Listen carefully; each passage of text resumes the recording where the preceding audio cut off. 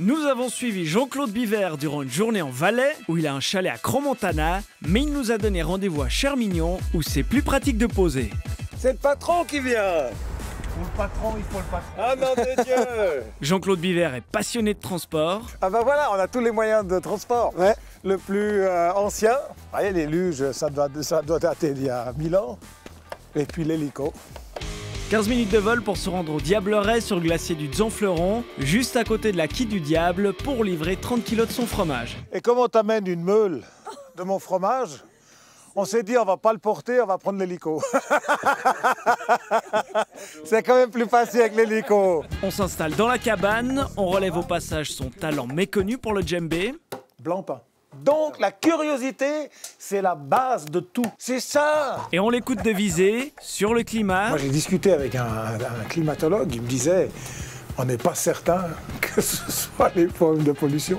Et ça m'a surpris quand j'ai entendu ça parce que moi je n'avais entendu que le fait que la pollution était responsable de ce qu'on a maintenant. Quelques anecdotes sur sa jeunesse. J'ai conduit sans permis de conduire à 16 ans.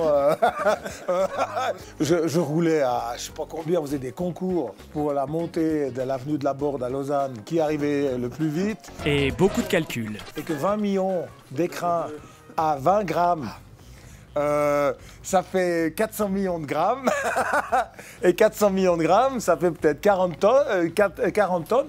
Et dans le fret aérien, quand tu expédies ces trucs, bah, tu gagnes une fortune. 100 000 montres fois 70 vis, bah, ça fait 700 000 vis. Tu changes de fournisseur et tu économises 1 balle par vis, bah, c'est 700 000 balles. Après le café, on reprend l'hélicoptère, on retourne à Crans-Montana, on chausse les skis et on grimpe au sommet de la station pour aller chez Charlie. Et Charlie, il a un bistrot.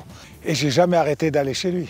Quand on a fait l'Omega Open avec Cindy Crawford, j'ai amené Cindy ici. J'ai amené tout le monde, Schumacher. Peu à peu, Charlie est devenu notre stam. Il nous attend avec des contemporains, une assiette valaisanne, du blanc et de la youth. Alors moi j'ai 55 heures de musique folklorique comme ça. Je n'écoute que ça. Et je fais toutes mes soirées, où qu'elles soient. À Los Angeles, à Las Vegas, je leur dis vous venez. Ouais mais les jeunes, j'ai rien à foutre les jeunes. Les jeunes ils aiment ça aussi.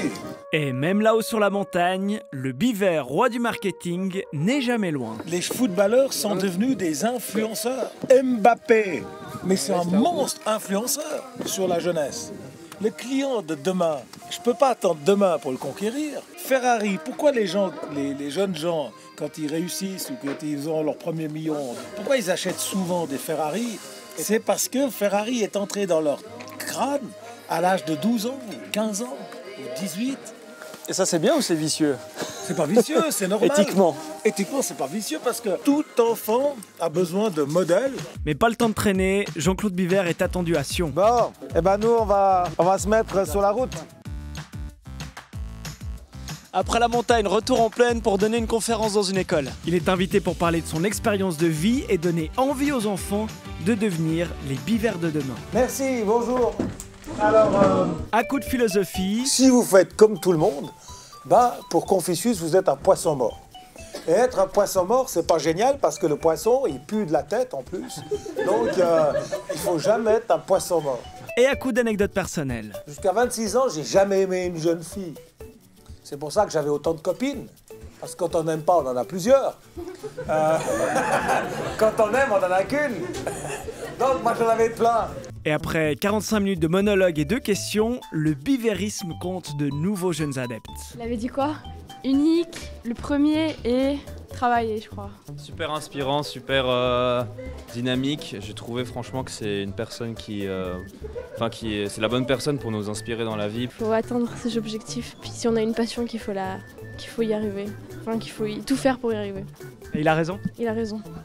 Sur toute la ligne. Merci Jean-Claude.